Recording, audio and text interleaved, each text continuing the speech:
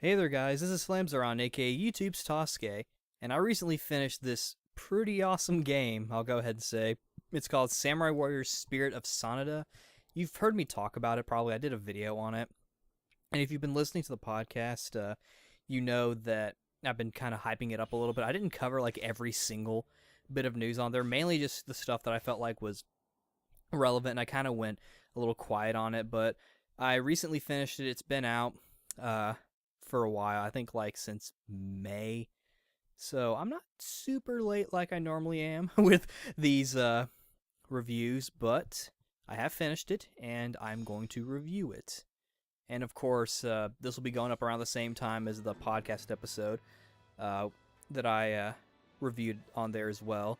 So if you want to hear some kind of back and forth, I'll have a link in the description to that podcast episode if you want to hear that as well.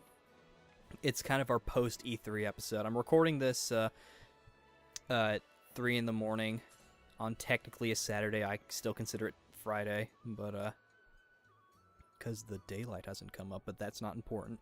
What is important is this game, Spirit of Sanada. For those of you who don't know, it's a Samurai Warriors spinoff that focuses on the Sanada family, like Yukimura Sanada and his brother Nobuyuki Sanada, as well as a new character, his father, Masayuki Sanada. In fact, that's the one you actually start as. You start as Masayuki, and then you end up with Yukimura for a later chunk of the game. But there's sort of like an in-between period to where you can kind of play as like all three of them. But then like later on, it just goes to straight up Yukimura. And I believe in Japan, this was also a tie-in game. The Japanese title of this game is Sanada Maru instead of Spirit of Sanada, though in the game's localization they do refer to the Sanada Maru by name, talking about that garrison that they made at Osaka Castle.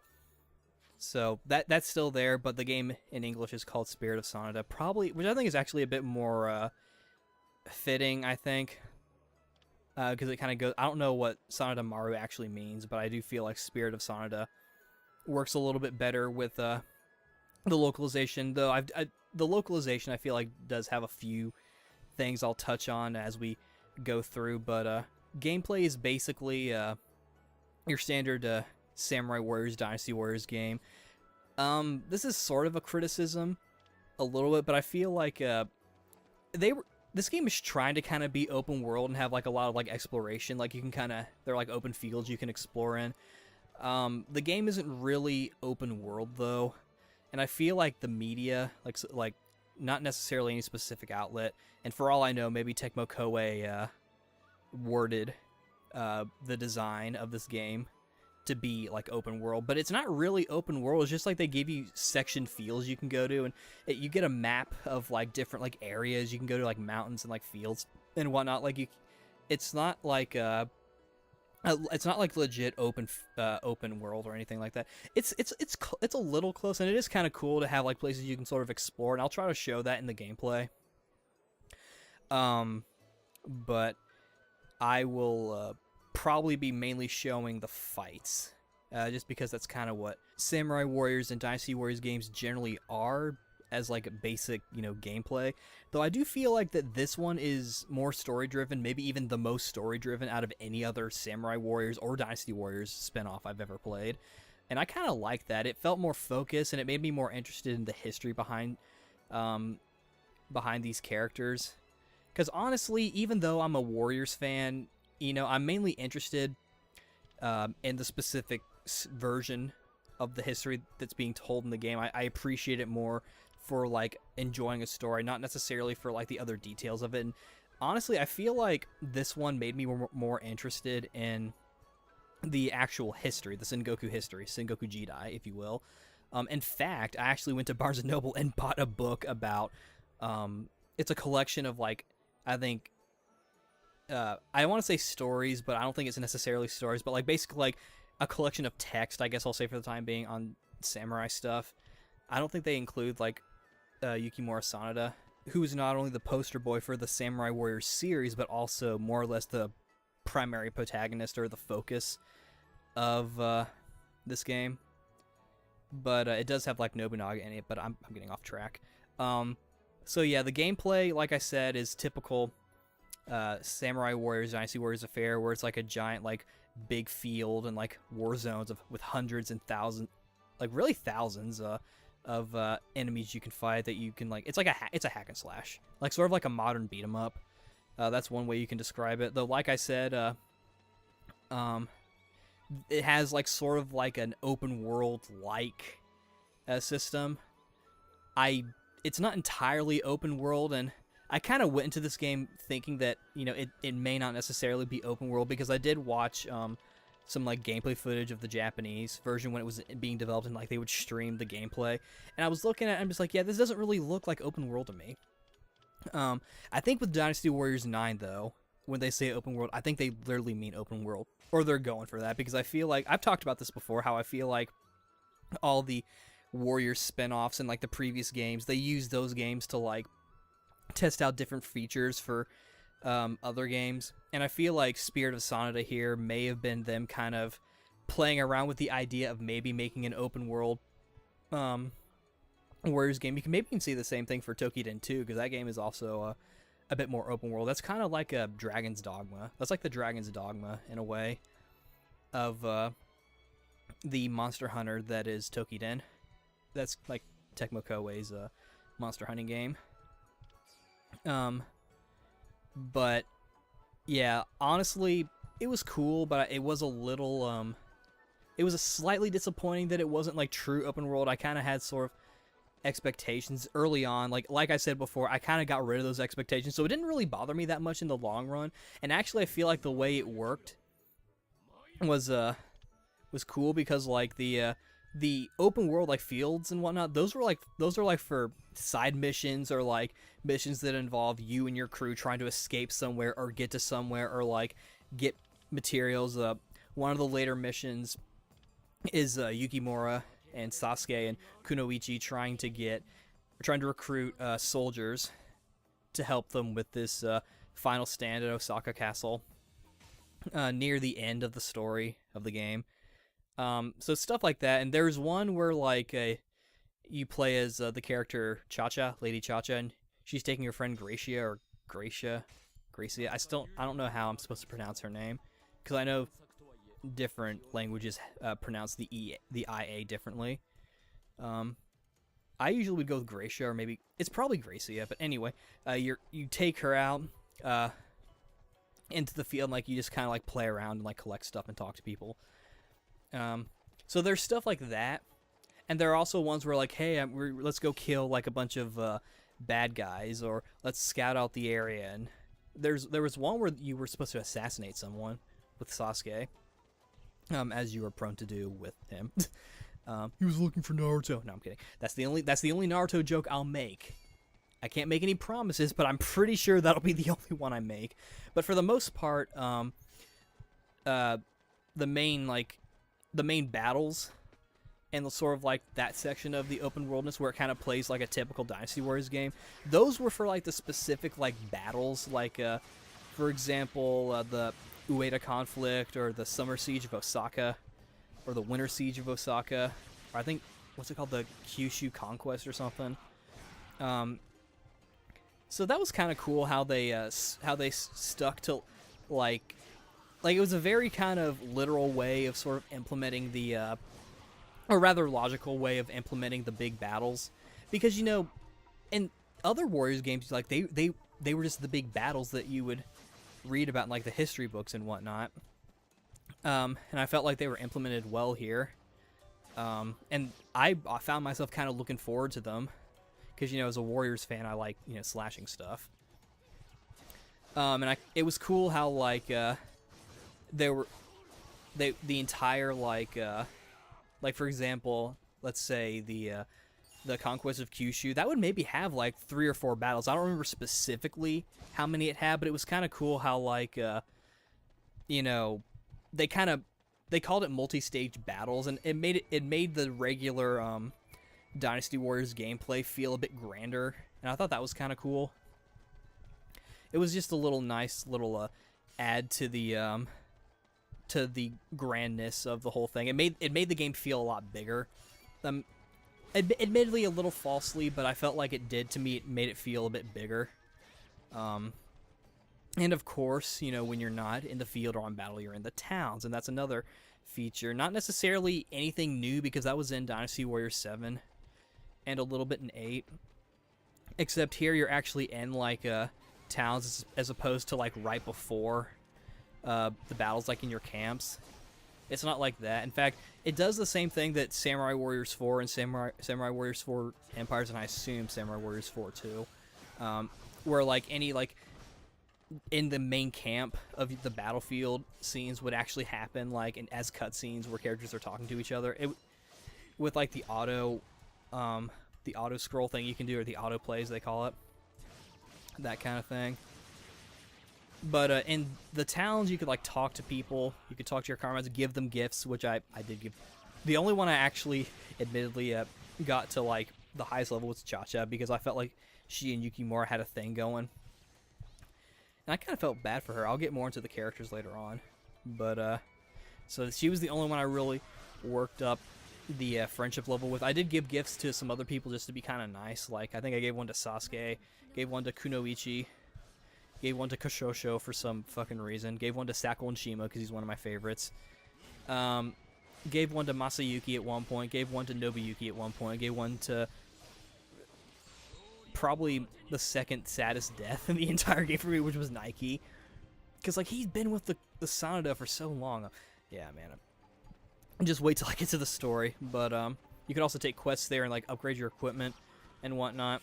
And it was a nice sort of break to, like, from the big battles. And I actually kind of like talking around, looking around and whatnot. I kind of hope they include that in, say, Samurai Warriors 5 Empires, if they make that, which I'm sure they probably will. But it was kind of nice, like, walking around and talking to people and getting, like, little side stuff. Actually, speaking of talking to people, probably my favorite feature with the dialogue is that whenever you talk to someone, one, you can pull up information about the speaker. Like, for example, say Masayuki is talking. You can press, like, I think it's square, and it would pull up a thing saying, Sanada, Masayuki Sanada is the third brother of the grandpa Sanada, and is the daddy to Yukimura and Nobuyuki. I thought that was kind of cool. And you can also do it with the person you're talking to. Like, for example, say Masayuki is talking to Ieyasu for some reason. Like, they're talking about coffee and hot dogs and how they like to dip their coffee in hot dogs. And I mean, literally, they take the coffee and, like, pour it over the hot dog. And Masayuki's arguing, well, that's not necessarily dipping. You're actually pouring the coffee over the hot dog. And Ieyasu is like, no, fuck you! I am dipping the hot dog into the coffee. Or the coffee into the hot dog. You could pull up information on Ieyasu, and whenever they would, in that example, and whenever they would talk about, like, a key event, like, oh man, the Honoji incident, that really fucked shit up. Yeah, man, you could pull up information about the Honoji incident, and that'd be like, the Honoji incident is where Masayuki, where Mitsuhide killed Nobunaga, and that kind of stuff. And that was kind of cool. And you could also look back on all this stuff in what's called the Sanada Clan Chronicles, where a lot of times, or several times, the character you're playing is to be like, oh, I should write this in the Chronicles. Kind of telling you, like, hey, look at this shit up. And also it gives you a second chance to kind of look up the information in that specific moment if you hadn't looked at it, like, at that moment. And later on I found that, like, it would be there, but, like, or, like, they'd be talking about it, but it wouldn't actually come up as, like, something you could look up, like, in the glossary until, like, when so-and-so is being like, oh, I'm going to write this down in the Sanada Clan Chronicles. And that was a nice little feature. That was also kind of what made me more interested in the history of this game. And really of just, like, the samurai history. I've seen the video series about it, that YouTube series called Extra History, that I think is part of Extra Credits, if I believe. They did a whole video series on that. It's a nice watch. I'll link it in the description if you guys want to watch that as well, because I'm all for sharing knowledge. And of course, it's because of that video that I recognized the Matsudaira. And I'm like, whoa, I'm fighting historical people. And it was funny because this happened, like, later on, like, holy shit. Playing as, like, one of the last samurai of the Sengoku period, beating up one of the older members. I think it's either Matsudaira or Mitsu. I think it's Matsudaira. For some reason, I want to say Mitsudaira. I think it's Matsudaira, and I don't remember who the other family members are. But yeah, that historical sort of aspect, it kind of made the game feel a bit more educational because of it, and I thought that was kind of cool. It's like, oh, that's cool. I could look up information about these characters. That's cool. And its history changes and goes forth. This is a really shitty segue, but one of the other features that was actually kind of shown pretty early on is certain characters aging. Obviously, the characters we were expecting to see age the most were Yukimura and Nobuyuki, because one, we see them as kids, and the early promotional stuff for this game showed Yukimura and Masayuki being adults, which to the Yukimura is a fucking badass as an adult. Like it's literally called Yukimura Sanada Adult. I thought he was really cool. But the other characters who grow older, like I said, Nobuyuki, and even he also has like an adult quote-unquote form. Unfortunately, his adult form doesn't really look that different from his quote-unquote youth form, which I'm pretty sure they just took his Samurai Warriors 4 design and just like used that. There might be some minor differences. Yukimura, his youth form, which would be his quote-unquote like regular form and like a regular Samurai Warriors game, they actually redesigned that nearly completely. He's wearing new clothes and his hair is even different. You could maybe say that they took his primary design and put it into his adult form, because his hair, like it's longer, and of course he's got the beard and whatnot, so he looks older, and obviously his armor is different. But also Ieyasu, he grows older, and by grows older I mean his hair turns gray and he gets a bigger beard. Hidetaka Tokugawa, his son, who I can't remember if it's the same son from the anime who was fat. I think it might be someone different because he's not fat, and I expected him to be fat, because I feel like, you know, if you're going to design him a certain way, you probably should keep your design. But of course, I feel like this game was trying to be a bit more historically accurate to stuff, and I'll go into more detail when I get into the story. But Hidetaka, he has an older version. It's really just him with a beard. Masayuki, he also has an adult form where he grows a beard and looks older, and his clothes change a little bit. Cha-Cha, she also has a youth form, but that's really it besides her child form. And this is another thing that sort of bothers me about the game a little bit, unfortunately, is that certain characters who appear at early points and stay for like longer points, they don't really change. Like, for example, the character Kunoichi, she meets Yukimura and Nobuyuki when they're children, but she has the exact same design up until the ending, when Yukimura and Nobuyuki are like adults at this point, like middle-aged, if you will. And I feel like because we were having some characters grow older, it looked kind of weird that some other characters would stay the same age. I understand they would have taken a lot more effort to like basically redesign everybody for like different points, but I felt like it kind of clashed with the pseudo-realism this game was trying to go for, because one, Kunoichi, like, I don't know how old she is. Like, she could be like 18 for all I know. She looks like she's around like either late teenager or like early adult age. Like, I'm talking like 18 to maybe even my age, 25. We'll say that. But she meets Yukimura and Nobuyuki when they're children, where they're like 7 to 10 years old. And so if she's supposed to be around their age, that probably means she's like 12 or 13, because I don't think they would have like a 7-year-old on the battlefield. Plus, she's a accomplished ninja, so she probably needs to be a bit older to kind of fix up things. Like, I don't know, maybe she's 15 or something. And it just kind of made me think, like, you know, she's probably a lot older than Yukimura at this point. Like, near the end of the game, I don't know how old he is. They say he's middle-aged, so maybe he's like 40 or 50. You could probably look it up, actually. There's like a rough estimate of when he died, possibly. I don't know if we have the exact dates for when he was born and when he died. But, yeah, like, because he looked older than her, and I'm just thinking, because the final scene shows them together. I'll get into kind of what happens in that scene as we continue. It's a little upsetting, but I will be strong. But that was sort of something that kind of bothered me a little bit, especially as the characters got older and these other characters didn't change. like again, I understand why they didn't do it because it would have been more work, but I feel like it would have been better to have like other like characters who stick around for a long time, even if they're not major, like Kunoichi, maybe Sasuke, um, maybe the retainers of the respective armies. That would have been okay, I think. I'm not really sure, but I think they maybe should have given some of these other characters a little bit more time.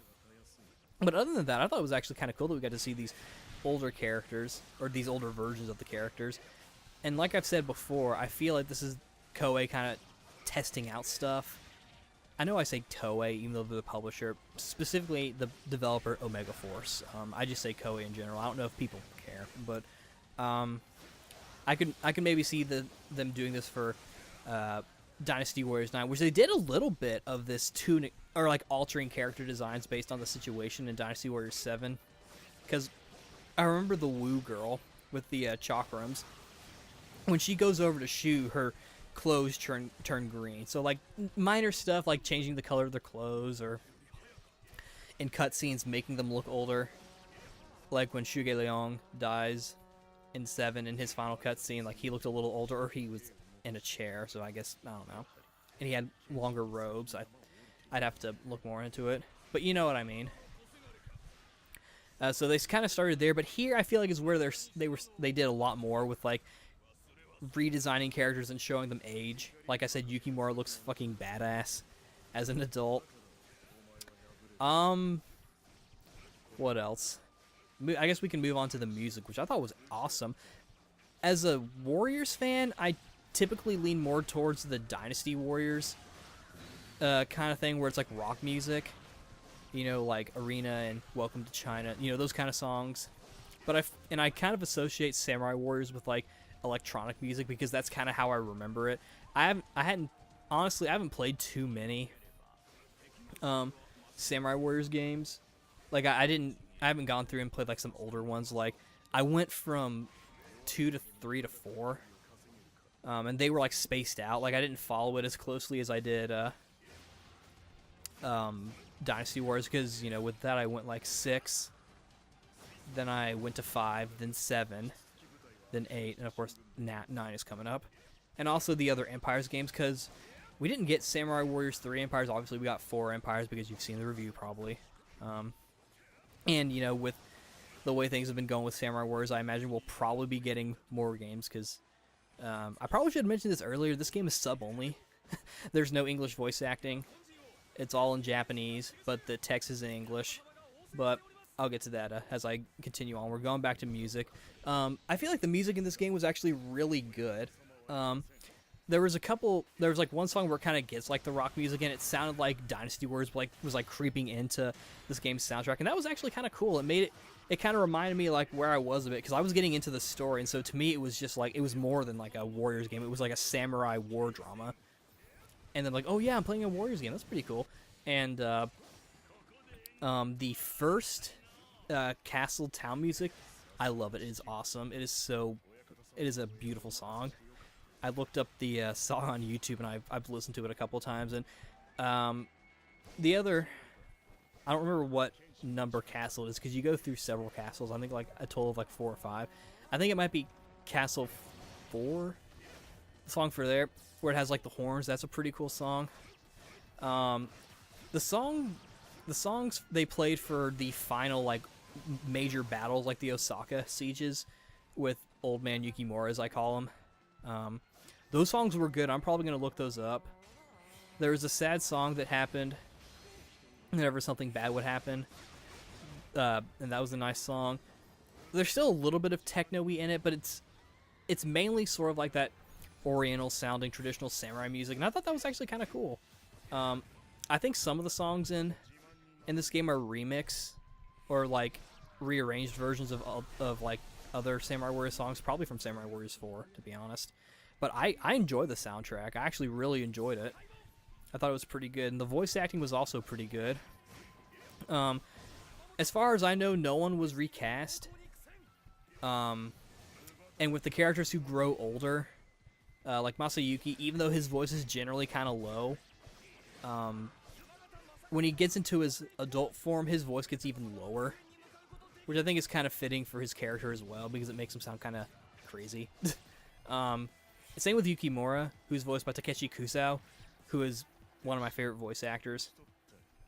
He does his typical performance as the young version of Yukimura, and by young I mean like young adult, like 18 to like 20 something.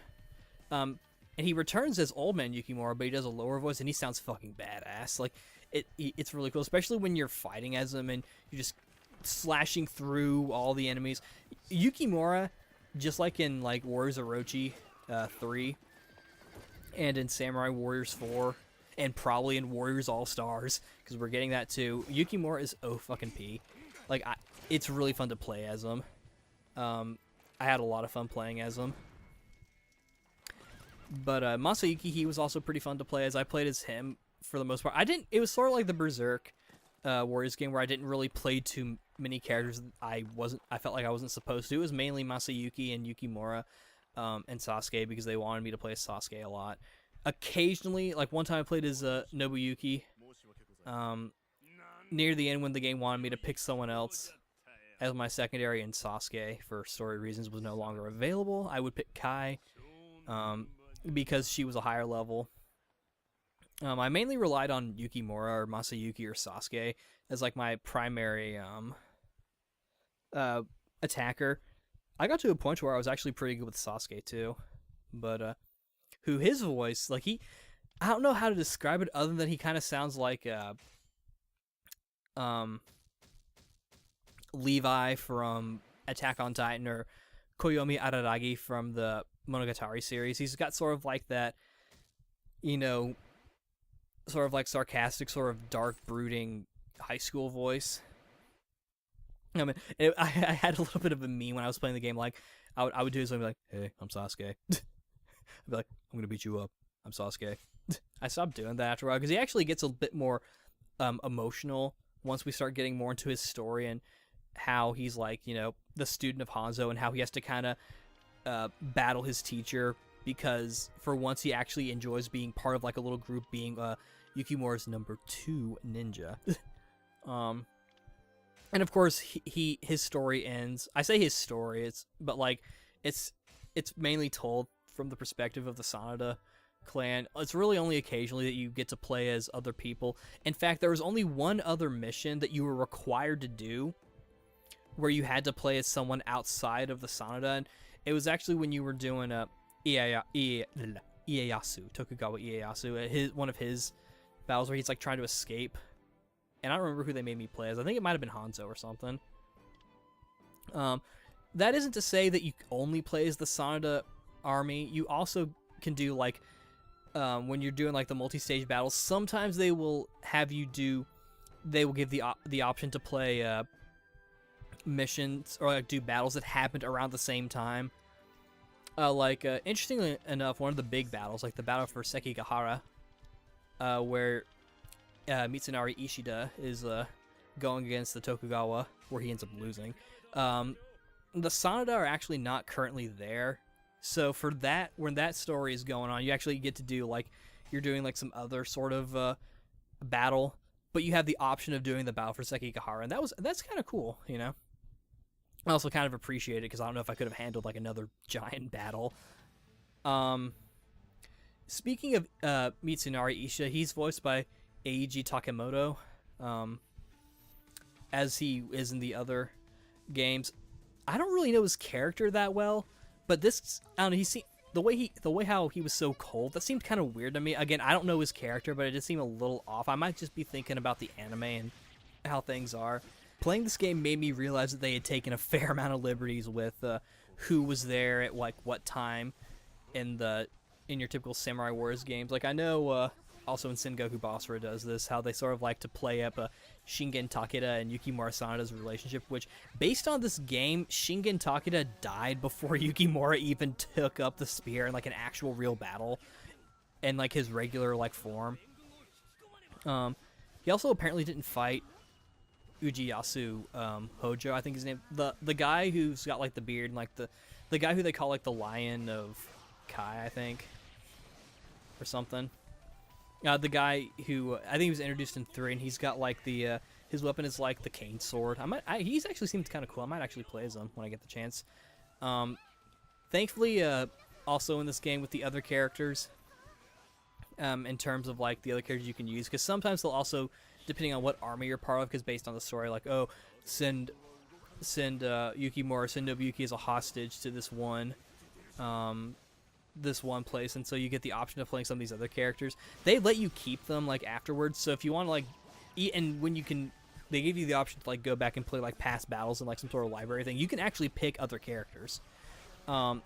Based on what I've seen, and I'll probably see this as we go, as I record the gameplay footage, because I'm probably going to do those past battles. I think they make you not be allowed to play some of these characters. Like I noticed for the first one, Shingen Takeda wasn't available, which I guess is fair. I think that's fine. I don't think they let you do the side battles you can do unless you've actually done them. I'd have to look again, or maybe they just give you everything from the beginning. Again, I'll have to look, because I know for the Battle of Sekigahara I'll be able to recognize. But yeah, overall voice acting I thought was pretty good. Like I said, Yukimura as an old man sounds awesome with his low voice. I think Takeshi Kuza does a good job. The new people who come in, they do a good job. Masayuki sounds cool. Pretty dope. All right, now on to story and characters, which is probably this game's biggest touching point, this selling point, I think, because like I said before, I feel like this game is probably the most story-driven out of all the Warriors games I've ever played. You start off as Masayuki as you're working under the Takeda clan, and you basically go through the Sanada's history up from that point. You're gonna have to forgive me. My explanation of the story is probably gonna be a bit rough because there is a lot of information. I don't think I can remember everything, but basically to make things kind of concise, Masayuki is working for the Takeda clan. Shingen Takeda is killed, and then he gets sick, I believe. Like, he was under the weather and he like dies of illness. I don't think he actually like gets killed. He just like dies of sickness. And so the Takeda clan then becomes ruled by Masayuki's friend and also Shingen's son, Katsuyori, who's one of the new characters, which is kind of funny because his design makes him look like he's a custom character. This game still does the thing that the Samurai Warriors 4 Onward seems to be doing, where they'll take the custom character data, like the created character data, and like make like partial designs of some of the characters who haven't been designed yet. And that's kind of cool, though it also makes me feel like, you might as well just design them. I guess it kind of gives us a chance to see what they may look like after they, as the games go on. Because obviously some of these other characters, like, I imagine Yukimura's army, several of his soldiers, or like partners or whatever, during the Osaka thingy, will probably be made into like actual characters, especially considering those were the ones that actually got the custom character designs. Like, one of them looks like a friggin' OC with like his like blue hair and his blue armor. He looked kind of cool, but yeah. And Katsuyori, it was kind of hard to tell at first because they give you, for like the characters who are made using the character creator, seemingly, they still give them mugshots, but it doesn't look as like drawn or polished. But early on, it still looked kind of hard for me to tell. I could tell by looking at it after a while that Katsuyori was a originally designed character, though they didn't give him his own weapon, surprisingly.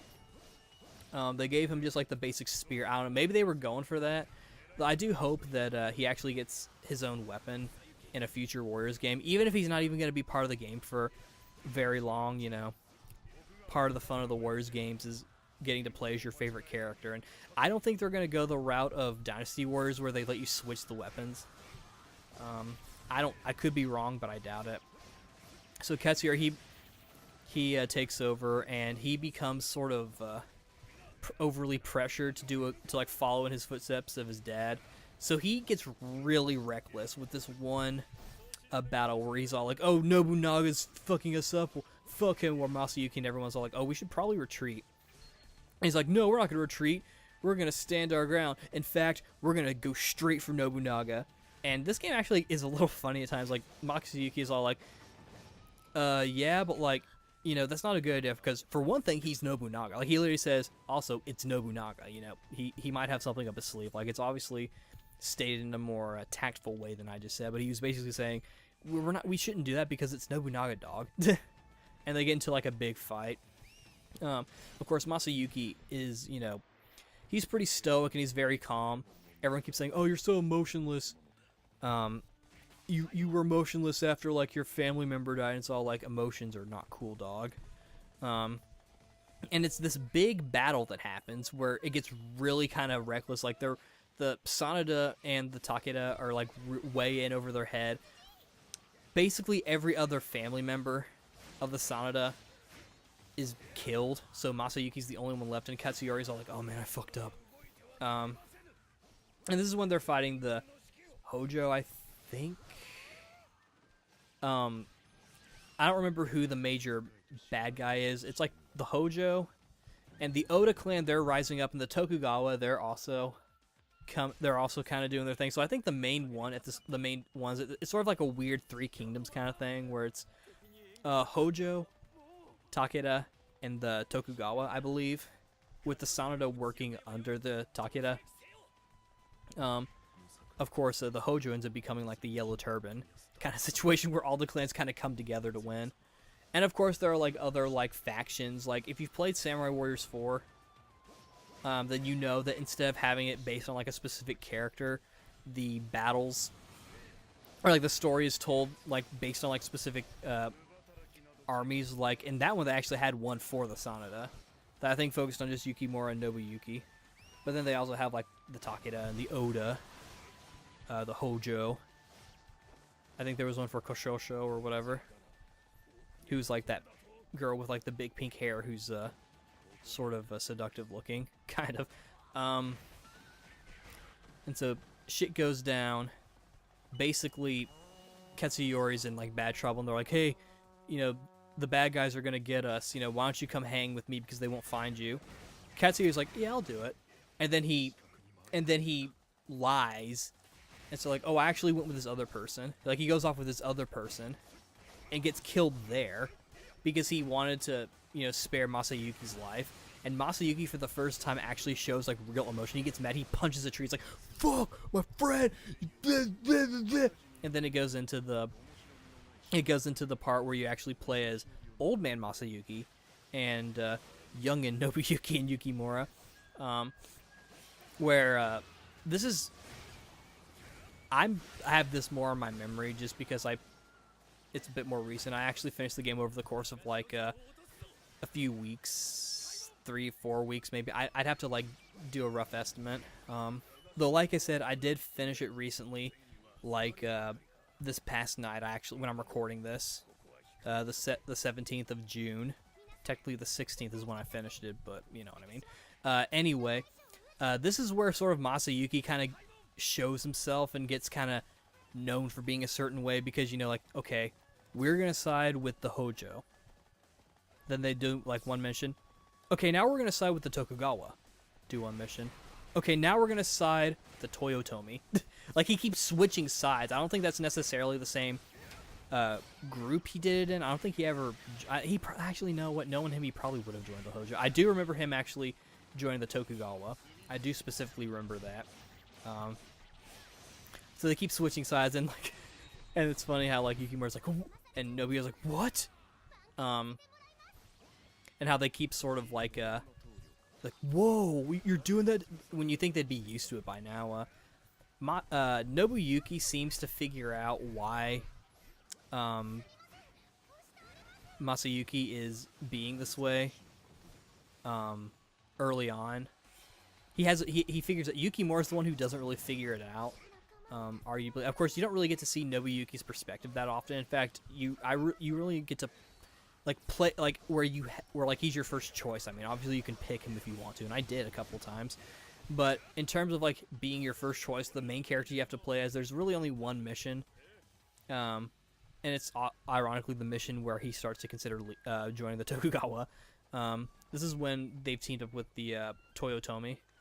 And I think at that point, Yukimura and Nobuyuki were kind of separated anyway. I believe Yukimura was with the Toyotomi. I think it might have been a little bit before, because I know he was also with the Uesugi. He kind of alternated between like them and the Toyotomi, and then occasionally he would go back to the Sanada. He and Masayuki end up getting exiled to the Uesugi land, which is something I remember from the anime, because I remember Yukimura gets exiled and it's like, I gotta help my friends, so he leaves, which he does that a couple of times. But what this game shows you, that Masayuki was there as well when they got exiled, and so yeah, they keep switching around, and they eventually stick with the Toyotomi until what ends up happening is that Hideyoshi Toyotomi, formerly Hideyoshi Hashiba, he dies after unifying the land. And Ieyasu Tokugawa was already kind of against things. So there was already some friction there.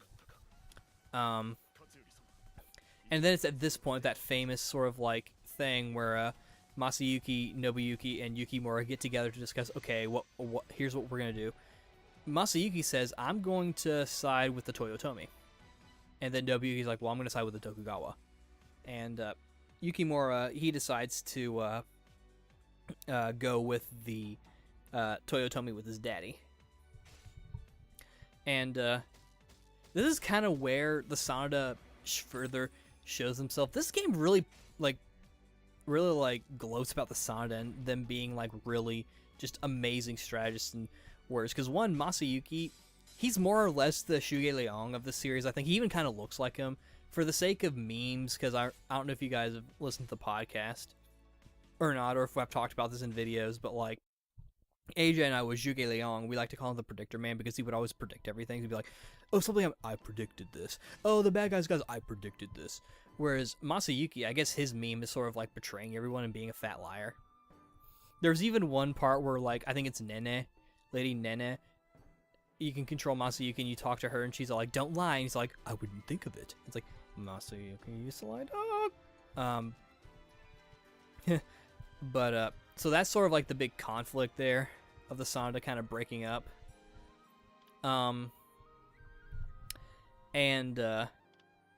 So things are kind of going. It almost kind of seems like that the Toyotomi might win because Yukimura and Masayuki are doing so well. But it's at the Battle of Sekigahara that things actually kind of go to shit because Mitsunari takes over after... I probably should have said that before. Mitsunari Ishida, the guy I was talking about with like the red hair and the fan and whatnot. He kind of takes over for the Toyotomi. He gets defeated, so the battle is more or less, the war is more or less over, and the Tokugawa, they become the shogunate. Like, even at this point, they're called the shogunate army. So it's basically like the armor of like the entire ruler. It's no longer the Tokugawa army, it's the shogunate army. So Masayuki and Yukimura they're originally scheduled to be executed, but Nobuyuki pleads and is all like, if you won't do this, I'll cut open my belly. And it's kind of funny, like, this game's script, I guess I'll go ahead and talk about the script while I'm talking about like the story and whatnot. This game's script, it seemed written like the typical Samurai Warriors game, where it's like a little fancier and a little more, more formal speech. But there are a couple of times where the script seems sort of adapted to make it have a bit more style.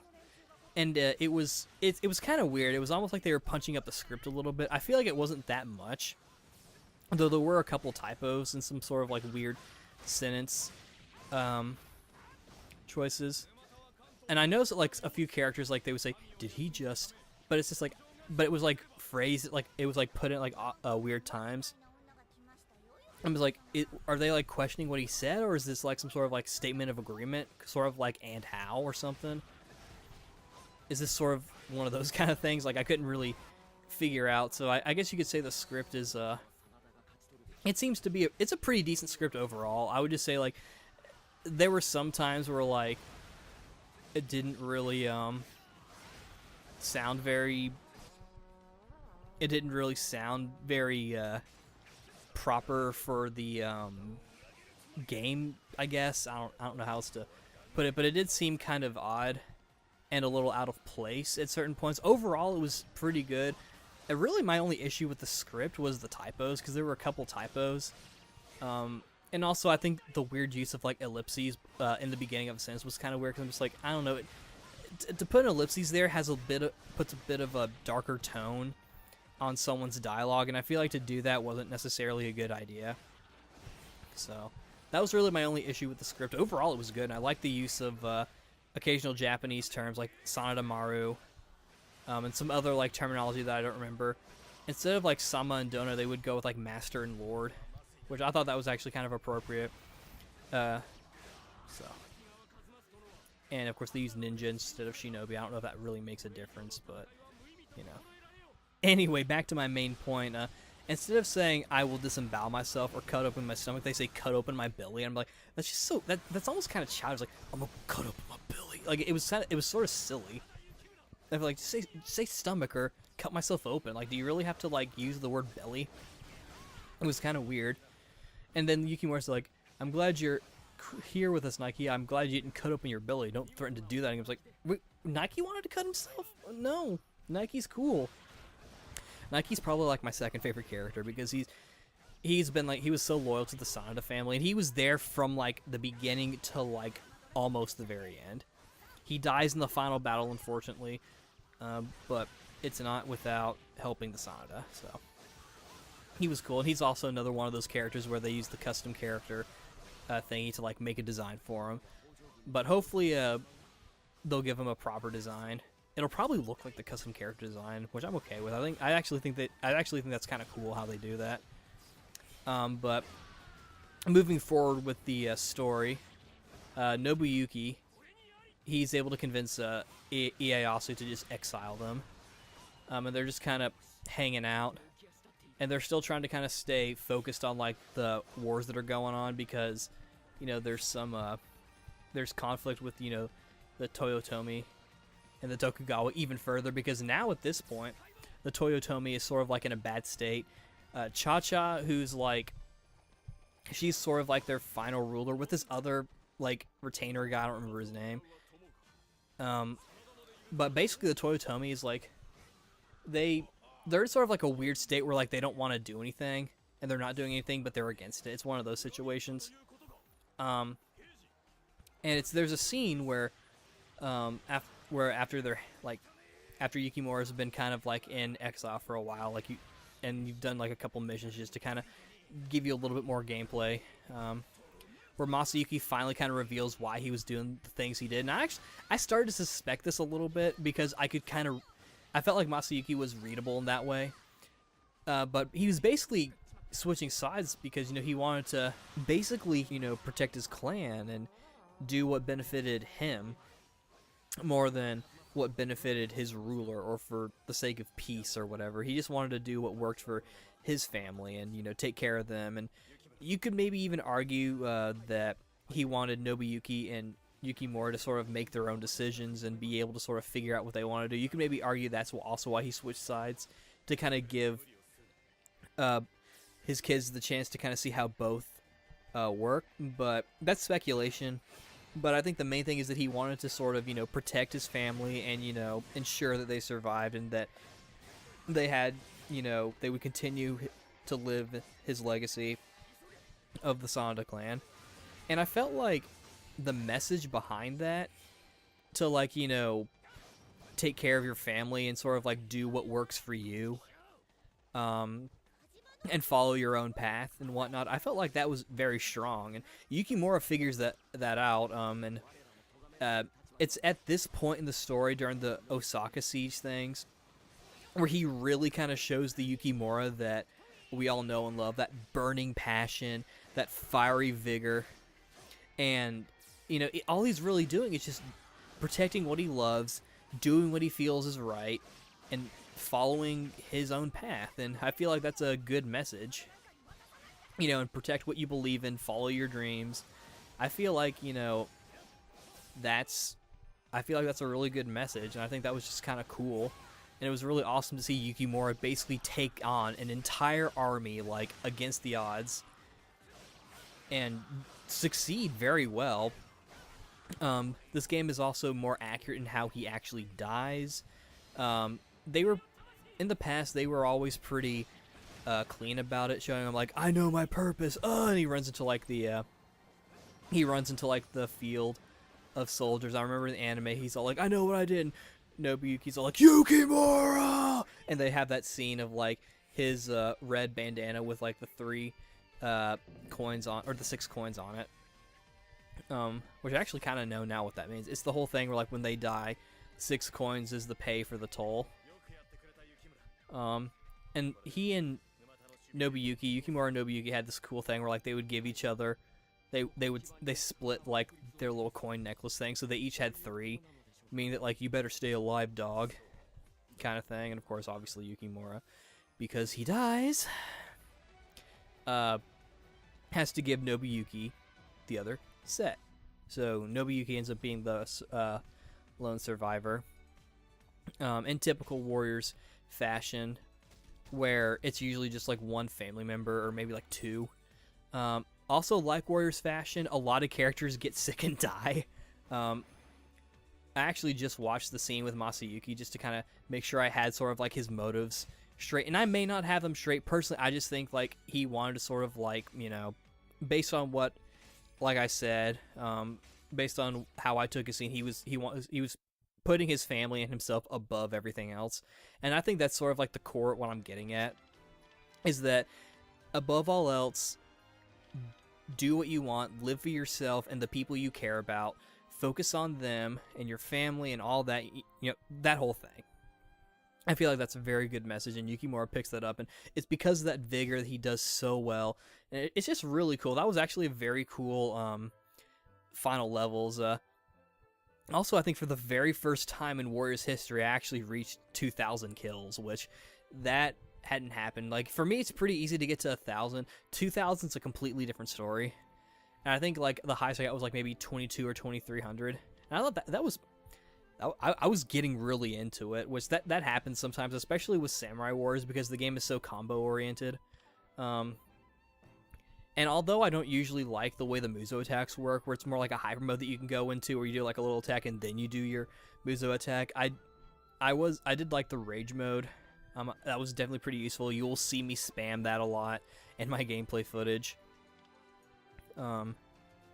where I will do that and then go into my second Muso attack. I thought that was pretty cool, and I'm glad they actually gave us a second one. I still think the Muso attacks are a little lacking. It seems like there's just like one tiny move where I felt like, I don't know, maybe I'm misremembering the Dynasty Wars ones, but I feel like the ones in Dynasty Wars are a bit more elaborate and cool and flashy, whereas I feel like the ones here are not, in my opinion. I don't know. But that was the last final exchange, and of course the ending, to get back to that, is that like I said, like it's usually Yukimura going into battle, and like you don't see him die. Here you actually show him like get tired because like he's getting exhausted. That's sort of what happens. Historically, if you look it up on Wikipedia and whatnot, you'll find that Yukimura, he went off, he does go off, and like, I figured out what I wanted to do. Of course, at this point, he already knows. But what happens here, he's overworked himself. He's like exhausted. He's been fighting so much and like and doing like so much by himself. So it shows up he and Kunoichi, his like final friend alive, I guess. He's like using her as like a shoulder and like to like help him get to where he needs to be so he can kill Ieyasu, because he's already taken down everyone. Like honestly, if it wasn't for his fatigue, he probably could have, or at least the way the game presents it, he probably could have defeated Ieyasu. And he comes close as well in one of them. It's just that Hidetada, his son, saves the day. More or less. But it's here, like, they're at, like, a shrine thingy, and they're resting on, like, the stairs, and Yukimura's like, hey, take these bead thingies. These coin thingies, and then like the soldier, I might be getting the order wrong, but a soldier comes in and is about to like, he's like, oh shit, and Kunoichi, she's about to like she could like kill the soldier. He's like, don't, here, give this to my brother. It's like, but like, no, just give it to my brother. I'm about to die. And she goes off like begrudgingly, and he says, "You may take my head," and then like just dies, which it's more accurate to how it went in the original history. Supposedly he said like, "I'm Yukimura Sanada," or apparently Nobushige. Apparently his real name is Nobushige, which is funny because there's a character in this game also called Nobushige, but they keep him as Yukimura, which I'm actually glad. But and I'm still not entirely clear on what his actual true name is. Apparently Nobushige is the proper one. But anyway, he's like, "I'm Nobushige Sanada, a warrior who's obviously a lot stronger than you, but I'm tired, so kill me," is more or less what he says. In the historically, that's what he says. But in this game, he's like, "You may take my head," and then he dies. And then, you know, the war's over. And they even have like a scene where, like, you know, they show the guy comes back and like they don't show the head, but like it shows like Hidetada and Ieyasu like looking down and like, oh, holy shit, you know, that kind of thing. So it's implied like, you know, they killed him. They killed an already dead man. But you know, and then the credits roll, and then of course, you know, in typical Marvel movie fashion, because this is a Marvel movie, there's a post-credit scene. Apparently there's an epilogue that I haven't unlocked yet that I think you have to unlock by beating the final level with certain conditions. I'm kind of interested in what that is. Like, maybe it's a thing where you play as Nobuyuki and you actually unlock like old man Nobuyuki, and it's maybe like some post-Sengoku era stuff. That actually would be kind of cool, I think. I might have to play more and see. But yeah, I felt like the message of this story of like, you know, doing what works for you, doing what feels right to you, protecting your family, protecting yourself, and following your dreams and following your passion, and protecting your friends and family. Very good messages, very strong messages, I think. It's also definitely very honorable to try to follow that kind of philosophy. Yukimura himself also being very honorable and polite, which really made me respect him as a character even more, just because I'm like, that's the kind of person I generally try to be when I'm not being evil Ryan or whatever. But yeah, I felt like the message and some of the characterization of these characters and how they were portrayed, particularly Yukimura, he's sort of like the shining hero. He's the guy who, like, after beating his enemies, he's like, "Oh, it's good to see you again, friend," you know, that kind of thing. Even when he's older, which is kind of funny because, like, after when he's older, like, he still says that kind of stuff. But it's sort of weird that it's kind of it almost sounds kind of sarcastic. It might just be, I don't know. I might be reading too much into that, but I don't think Yukimura is capable of sarcasm. But yeah, the story really drew me in. I got really into it. Like I said early on, I feel like it's the most story-driven of any like Warriors game I've ever played. And I mean specifically like Samurai Warriors or Dynasty Warriors or Warriors of Orochi. Obviously, like Berserk and the Band of the Hawk, or like Dragon Quest Heroes, or Hyrule Warriors, and maybe even Fire Emblem Warriors. Those are probably going to be more story-driven. Or rather, they were, and Fire Emblem Warriors has the potential to be story-driven. But I feel like it's, as far as general, like, main warrior games, main Warriors games, series like Samurai Warriors and Dynasty Warriors and Warriors of Orochi, I feel like this one is probably the most story-driven. Or it felt more focused, and maybe that's the reason why I felt like it was more story-driven, in my opinion. And the messages I thought were really good. Obviously, the combat and the gameplay was fun. There were a couple levels that felt a little cheap, like a lot of the ones where you had to like avoid being seen. Those were kind of a pain, and just because I felt like some of them I didn't really know where the people were, even on the map, like, and they would be behind me. And also the time. Oh, another thing, the passage of time where like it'll turn like night and day during the battle. I thought that's kind of cool. It also is sort of like personifies the time limit, and because of that, it made the time limit feel shorter. And for all I know, it could have actually been shorter. And for some missions, they actually do make it shorter. Like you have to do it within like a night or half a day or whatever. But other than that, I felt like the game's difficulty was pretty standard. I played it on normal. I didn't play it on easy like I normally do with the Warriors games. I'm a big boy now. I'm gonna do normal. But yeah, the gameplay was fun. Besides like a couple hard missions, I felt like the gameplay and difficulty was very fair. Music was great. Story was great. Voice acting was good. I liked the variety in the gameplay besides just like the big scale battles, how you could like walk around and do like side quests and whatnot, and you could even fish too if you wanted. That was one of the things they teased or showed off in the game as like a feature. So overall, oh, and also the script I thought was overall good.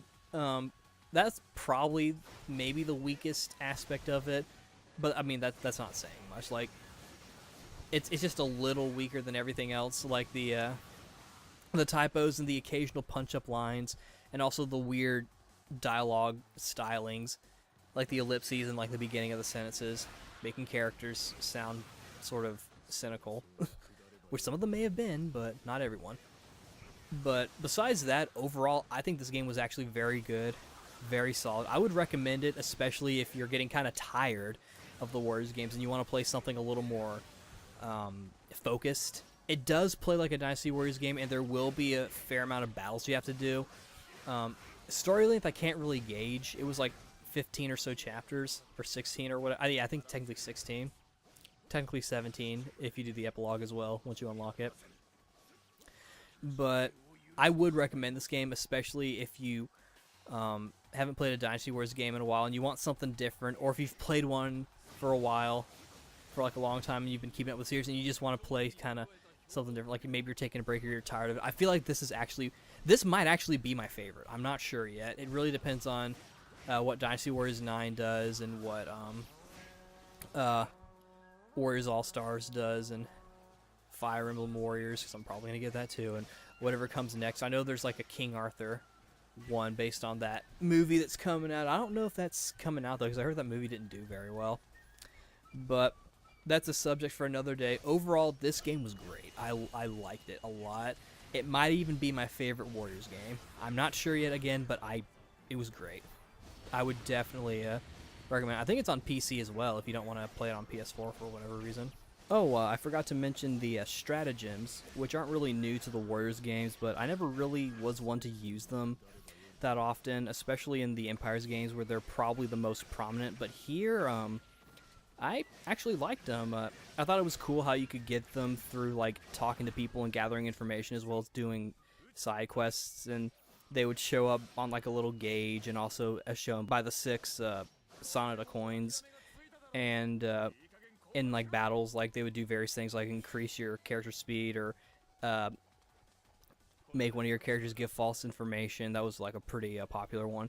But they were it was pretty cool, and it kind of reminded me of like something like Fate Extra, where like you gather information and that kind of helps you like quote unquote weaken the enemy. I don't know to what and I don't think it was to the same effect in this game versus Fate Extra, but it was pretty cool. I actually kind of liked it. But yeah, it was pretty awesome, and I would definitely recommend it.